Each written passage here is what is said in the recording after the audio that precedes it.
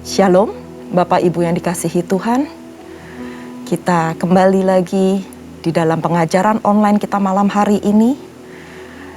Dan saya percaya Bapak Ibu pasti diberkati melalui Bible Study yang diadakan oleh CK7.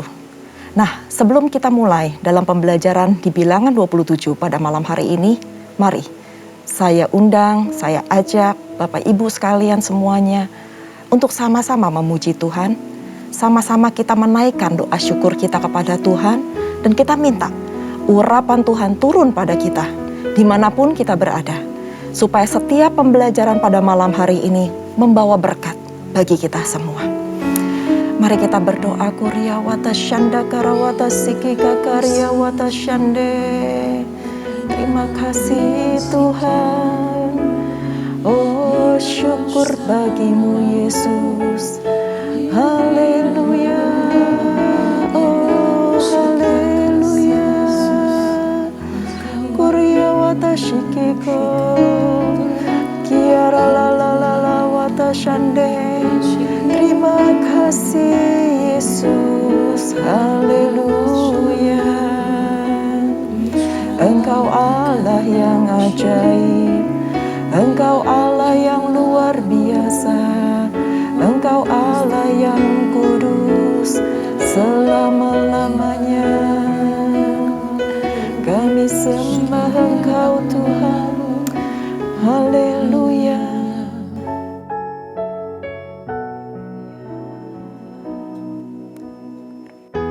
Tak selalu Tuhan menjawab doa, namun Dia beri yang terbaik di waktu yang tepat.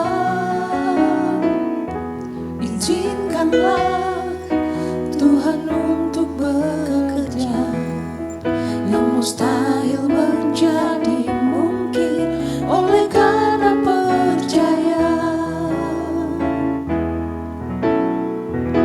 Tak selalu Tuhan menjawab doa, namun Dia beri yang terbaik di waktu yang tepat. Izinkanlah Tuhan untuk bekerja yang mustahil menjadi mungkin oleh karena percaya. Yesus mendengar lebih dari yang kudoakan. Yesus menjawab lebih dari yang kuharapkan. Dengan caranya di waktu yang tepat, ku kan melihat Dia jadikan semua.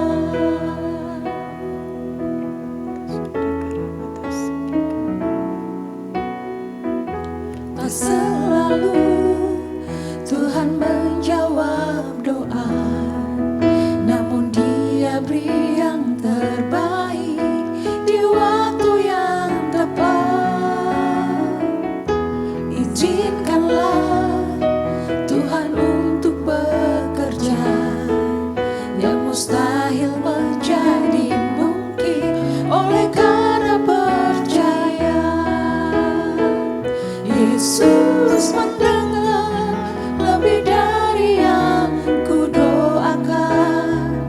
Yesus menjawab lebih dari yang kuharapkan. Dengan caranya di waktu yang tepat, ku kan melihat Dia jadikan semua. Yesus mendengar lebih dari yang kudoakan. Yesus menjawab lebih dari yang kuharapkan. Dengan caranya di waktu yang tepat, ku kan melihat Dia jadikan semua.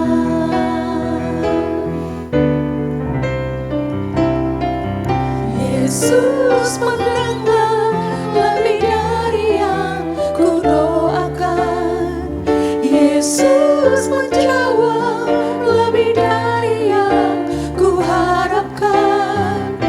dengan caranya di waktu yang tepat.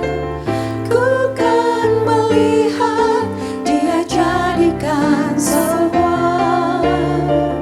Yesus mendengar lebih dari yang ku doakan. Yesus menjawab lebih dari yang ku harapkan. Dengan caranya di waktu yang tepat, ku kan melihat Dia jadikan semua. Ku kan melihat Dia jadikan semua.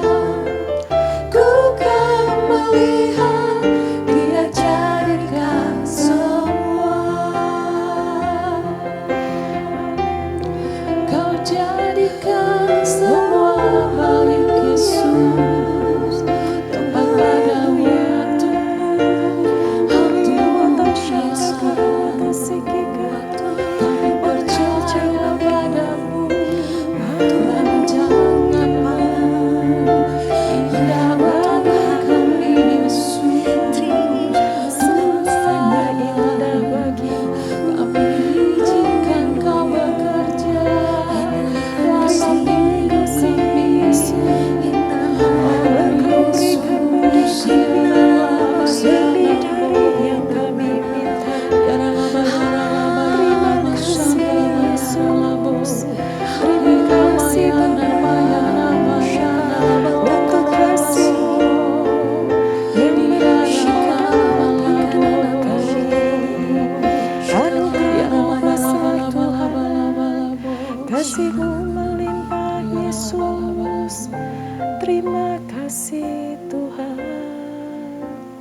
Mataku tertuju padamu, segenap hidupku ku serahkan padamu. Bimbing aku masuk rencana-Mu, untuk membesarkan kerajaan-Mu.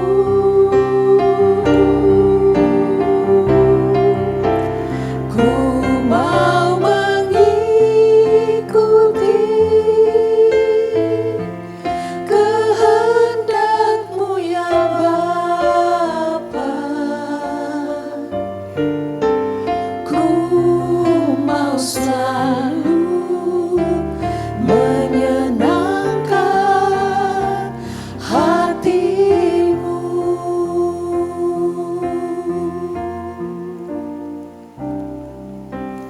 Mataku tertuju padamu, segenap hidupku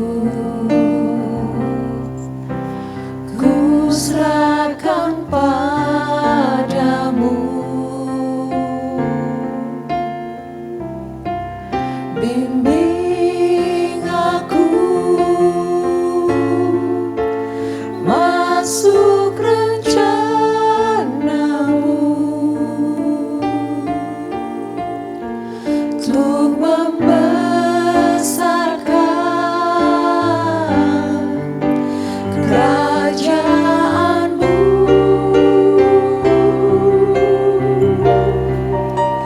Ku mau mengikuti kehendak-Mu ya Bapa.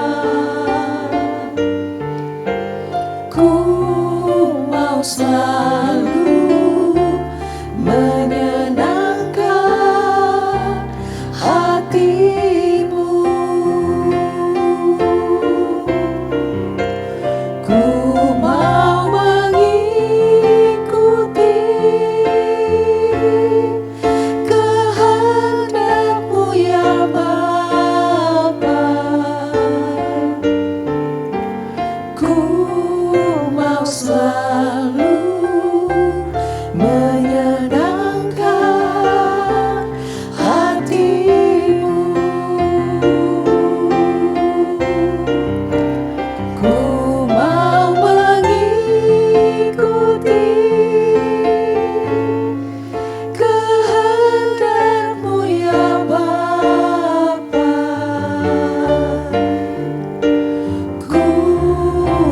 selalu menyenangkan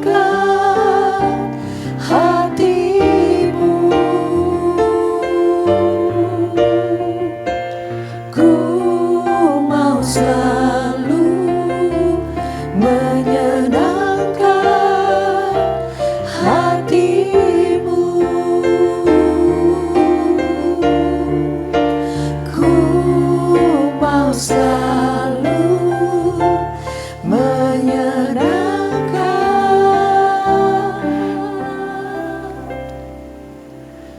hatimu.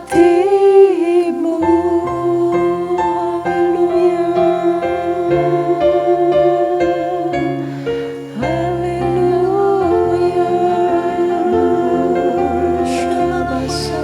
Koryawata shanda karawata karawata sikako.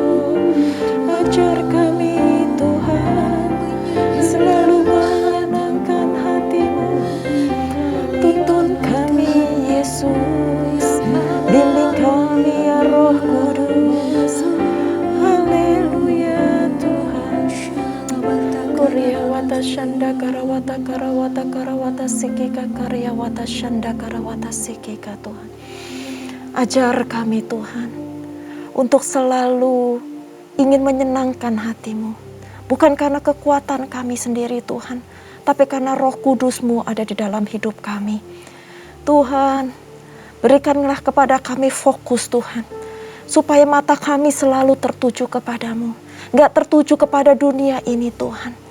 Bimbing kami Tuhan di jalan-Mu yang benar, di jalan-Mu yang kudus, supaya Tuhan destiny ilahi itu dapat kami capai dan Engkau menemukan kami tetap setia sampai akhirnya. Terima kasih Tuhan, terima kasih. Terima kasih untuk puji-pujian yang begitu indah ini Tuhan. Ini adalah ungkapan hati kami. Ini adalah kerinduan hati kami Tuhan. Supaya kami terus Tuhan selalu menyenangkan hati-Mu. Bapa, pada malam hari ini kami mau dengar-dengaran akan firman-Mu. Kami mau belajar kembali Tuhan untuk mengerti apa yang menjadi isi hati-Mu melalui kitab bilangan ini. Urapi kami semua Tuhan, bimbing kami, tuntun kami Tuhan. Supaya setiap apa yang Engkau maksudkan dalam kitab ini Tuhan, dalam pasal ini, dapat kami mengerti dan dapat kami implementasikan dalam kehidupan kami sehari-hari. Urapi setiap jemaat-Mu Tuhan, dimanapun kami berada. Biar firman ini boleh menjadi berkat bagi kami semua. Urapi hamba Tuhan dengan segala keterbatasan hamba. Hamba minta Tuhan, Roh Kudus-Mu, hikmat, marifat, pewahyuan yang baru yang daripada Engkau turun atas hamba.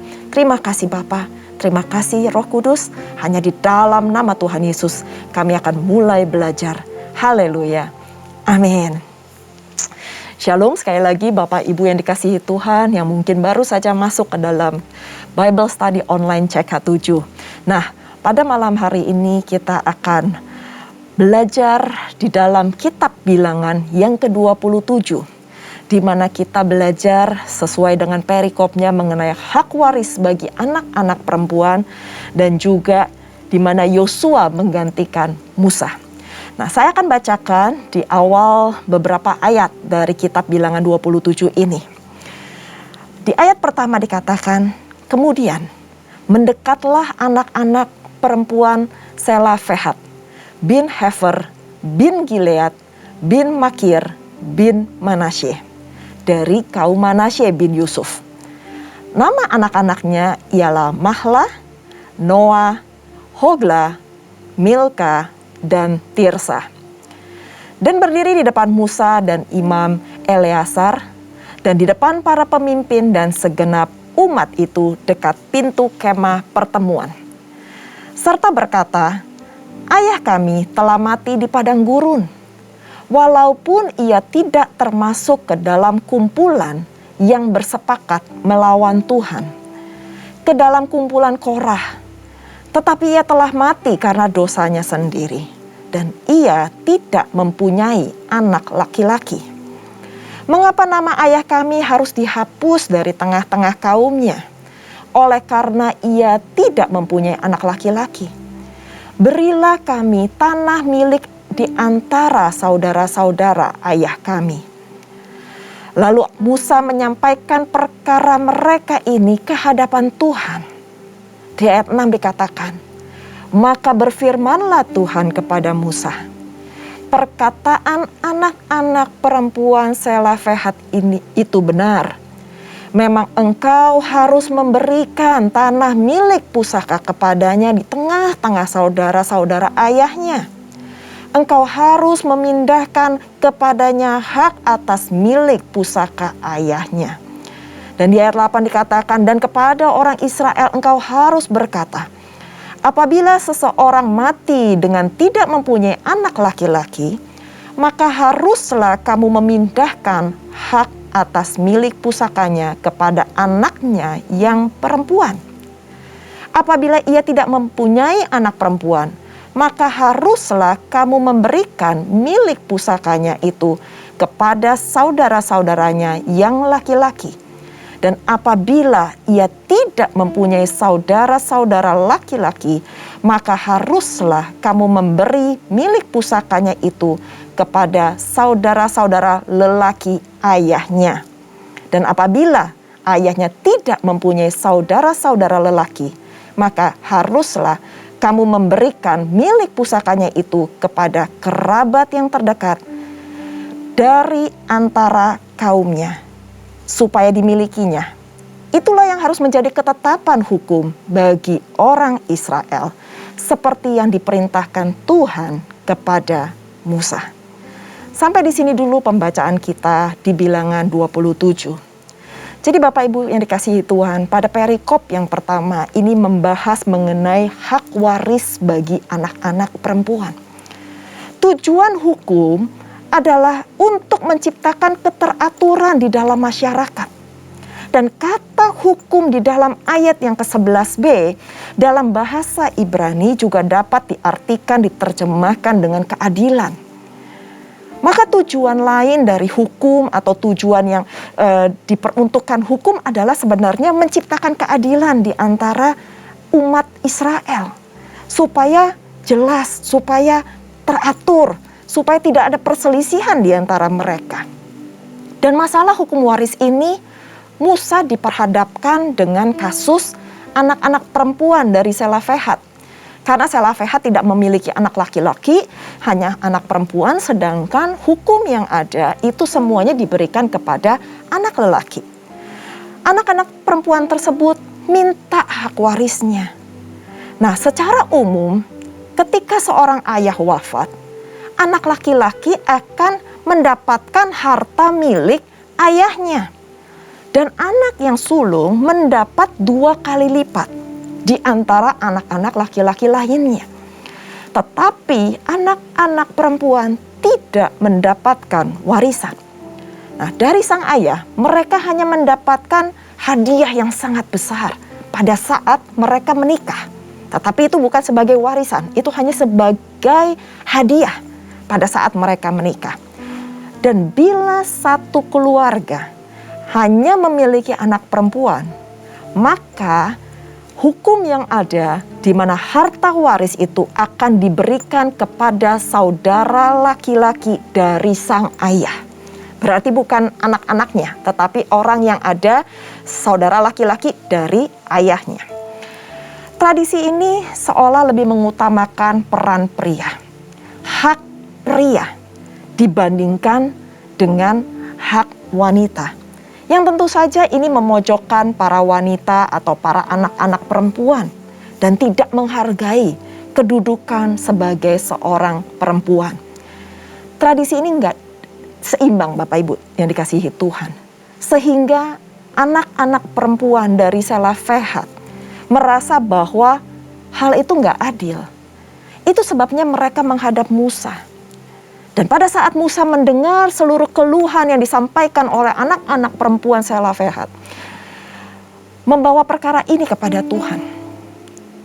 Itu yang kita dapat contoh dari seorang kepemimpinan Musa. Pada saat setiap situasi yang Musa alami, yang diperhadapkan, maka Musa minta pewahyuan, minta tuntunan, minta Tuhan untuk menyatakan kehendaknya.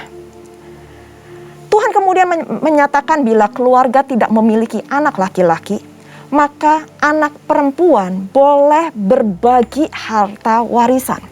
Dan itu disebutkan di ayat ke-8. Dan jikalau keluarga itu tidak memiliki anak sama sekali, baik laki-laki maupun perempuan, maka harta warisan yang dimiliki itu baru diberikan untuk keluarga terdekat.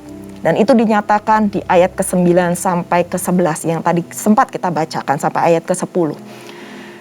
Jikalau nanti kita akan belajar lebih dalam lagi, kita akan belajar lebih jauh lagi, maka di pasal 36 dikatakan bahwa Tuhan akan memberikan aturan yang mengharuskan anak-anak perempuan penerima warisan untuk menikah dengan orang yang sesukunya.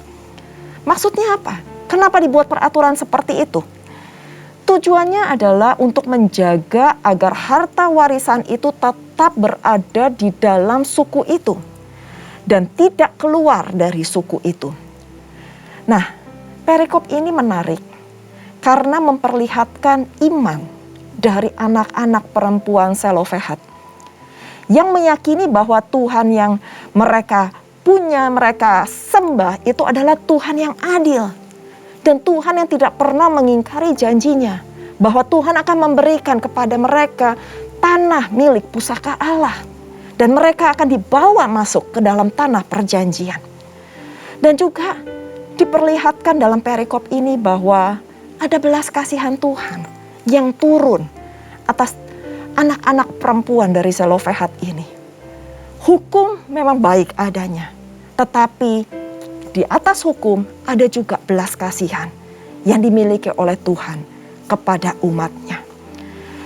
Peran seorang perempuan di sini diungkapkan dengan cara yang berbeda dengan peran laki-laki. Namun masing-masing setiap peran dihargai dan bernilai sama di mata Tuhan. Jadi pasal ini juga menjadi pelajaran untuk kita. Supaya dalam segala kondisi apapun, kita selalu mencari Allah. Kita selalu mencari Tuhan kita yang hidup. Dan bahkan dalam hal ini masalah warisan yang disampaikan kepada Musa. Musa pun membawa perkara ini ke hadapan Allah. Mungkin pada saat ini jikalau kita hidup di masa-masa wanita udah gak seporsi, gak mendapat peranan yang sama seperti pria. Maka pada kesempatan ini saya bisa sampaikan bahwa Tuhan juga menghargai peran wanita. Tuhan menghargai keberadaan wanita atau perempuan di dalam keluarga. Dan juga di dalam persekutuan umat. Dan jikalau kita tidak menghargai wanita, kita tidak menghargai peran perempuan, maka sebenarnya kita sudah melukai kepribadian Allah. Dan juga mengingkari karunia yang Tuhan berikan kepada kita.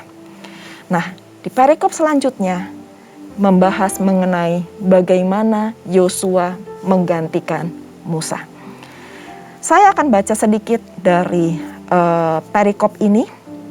Di ayat 12 dikatakan, Tuhan berfirman kepada Musa, naiklah ke gunung Abraim ini dan pandanglah negeri yang kuberikan kepada orang Israel.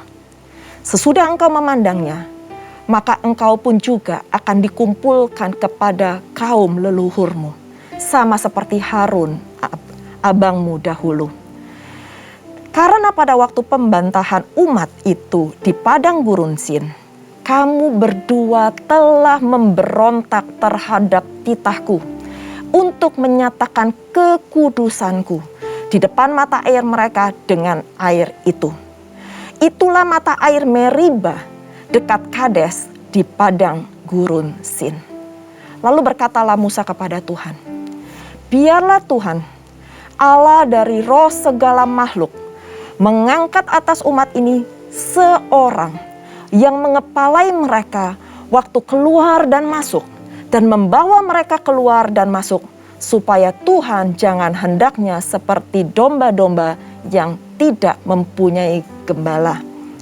Lalu Tuhan berfirman kepada Musa, ambillah Yosua bin Nun, seorang yang penuh roh, letakkanlah tanganmu atasnya. Dan suruhlah ia berdiri di depan Imam Eleazar dan ia di depan segenap umat. Lalu berikan kepadanya perintahmu di depan mata mereka itu. Dan berilah dia sebagian dari kewibawaanmu supaya segenap umat Israel mendengarkan dia. Sampai di sini dulu pembahasan kita, pembacaan kita di perikop yang Yosua menggantikan Musa. Apa yang kita pelajari dari perikop ini? Bahwa ketika segala sesuatu tidak berjalan sesuai dengan rencana yang kita inginkan, apa yang harus kita lakukan? Saya percaya kadang-kadang kita bermaksud untuk melakukan A, tetapi Tuhan berkehendak yang lain. Dan bagi kita yang mengikuti kisah bangsa Israel, kita melihat bahwa adanya masalah dalam perjalanan mereka. Ketika Musa dan Harun berbuat dosa kepada Tuhan. Dan itu sempat dibahas di bilangan yang ke-20. Dan pada saat itu Musa dan Harun memberontak akan titah Tuhan seperti yang tadi kita baca. Sehingga pada akhir masa kepemimpinannya, Musa nggak bisa membawa bangsa Israel masuk ke tanah perjanjian. Dia sendiri nggak bisa masuk.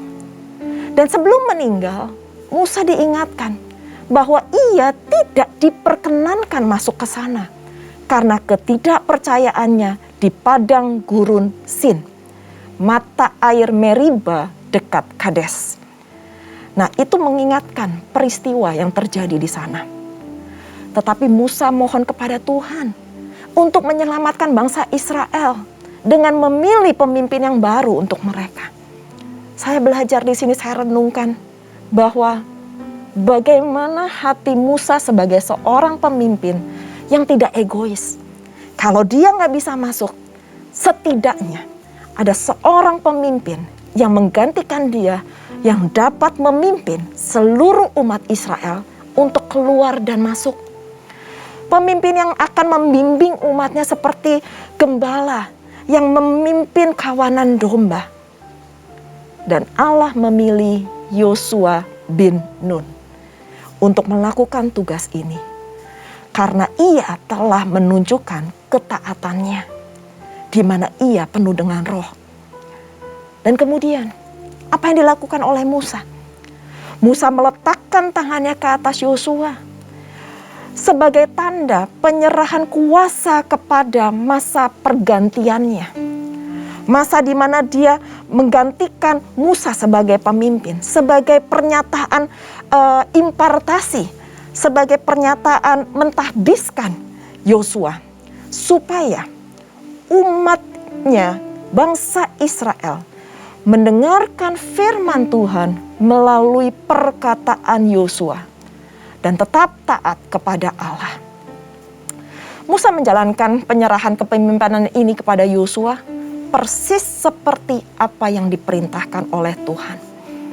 Bapak Ibu yang dikasihi Tuhan, mungkin pada saat ini, jikalau ada pergantian kepemimpinan di atas kita, mungkin kita nggak nyaman. Mungkin kita merasa pemimpin itu masih muda, pemimpin itu masih baru, sehingga kita nggak percaya. Kita susah untuk melakukan apa yang diminta. Tetapi percayalah, setiap pemimpin yang Tuhan telah tetapkan, yang ada di atas kita, itu seizin Tuhan. Dan pada saat Tuhan memberkati, pada saat Tuhan mengurapi, ada wibawa ilahi, ada wibawa Allah turun atasnya. Dan saya percaya, segala sesuatu yang berasal dari Allah, berasal dari Tuhan, itu pasti baik adanya. Dan kita juga belajar dari Musa, bagaimana ia memberikan teladan yang baik kepada umatnya dan kepada Tuhan sebagai seorang pemimpin. Bagaimana ia boleh bertanggung jawab di hadapan Tuhan, juga bertanggung jawab di hadapan seluruh umat Israel. Dan saya juga belajar hal yang penting di sini, bahwa sebagai seorang pemimpin, contohnya seperti Musa, juga dapat mencetak pemimpin-pemimpin yang baru setelahnya. Bapak Ibu yang dikasihi Tuhan, apakah kita seorang pemimpin atau kita sebagai seorang umat? kita belajar dalam pasal ini. Seorang pemimpin taat. Seorang pemimpin tidak mementingkan dirinya sendiri. Seorang pemimpin memikirkan seluruh apa yang ada di bawahnya. Tetapi jikalau kita sebagai seorang umat, kita sebagai orang yang digembalakan, kita juga mesti belajar untuk respect, untuk taat, untuk hormat kepada pemimpin yang Tuhan telah percayakan dalam hidup kita. Mari kita berdoa. Terima kasih Tuhan. Terima kasih Bapa untuk malam hari ini di mana kami boleh belajar mengenai betapa adilnya Engkau. Betapa Engkau Allah yang penuh belas kasihan. Hukum boleh ada. Hukum boleh menyatakan keadilan, peraturan-peraturan. Tetapi Engkau Allah Maha Pengasih. Engkau selalu mendengar apa yang menjadi jeritan hati para umat-Mu. Sehingga Tuhan, kami boleh melihat bagaimana hak waris itu juga diberikan kepada anak-anak perempuan. Dan kami belajar Tuhan, bahwa kami sebagai perempuan, kami memiliki hak yang sama seperti laki-laki. Terima kasih Tuhan, terima kasih. Terima kasih Engkau telah menyatakan kebenaran-Mu melalui bilangan 27 ini. Di mana kami juga boleh belajar hati seorang pemimpin seperti Musa yang lebih mementingkan kepentingan para umatnya, mementingkan apa yang menjadi kebutuhan dari jemaatnya. Mereka membutuhkan seorang pemimpin untuk membimbing mereka, untuk supaya dengar-dengaran akan Tuhan, supaya mereka taat akan firman. Dan Musa melakukan hal itu Tuhan. Kami belajar Tuhan, kalau Engkau mengizinkan kami menjadi seorang pemimpin, mungkin pemimpin dalam keluarga, mungkin pemimpin dalam komunitas, bahkan jikalau Tuhan mempercayakan kami lebih daripada itu, Tuhan ajar kami untuk selalu mempunyai ketaatan kepada Engkau. Ajar kami untuk memiliki kerendahan hati Tuhan. Enggak egois, enggak minta dilayani, tetapi kami mau melayani. Dan juga Tuhan, ajar kami Tuhan untuk membuka hati kami, untuk taat dan dengar-dengaran akan pemimpin kami. Siapapun pemimpin yang Tuhan percayakan dalam kehidupan kami Tuhan. Bagian kami adalah taat. Bagian kami adalah tunduk.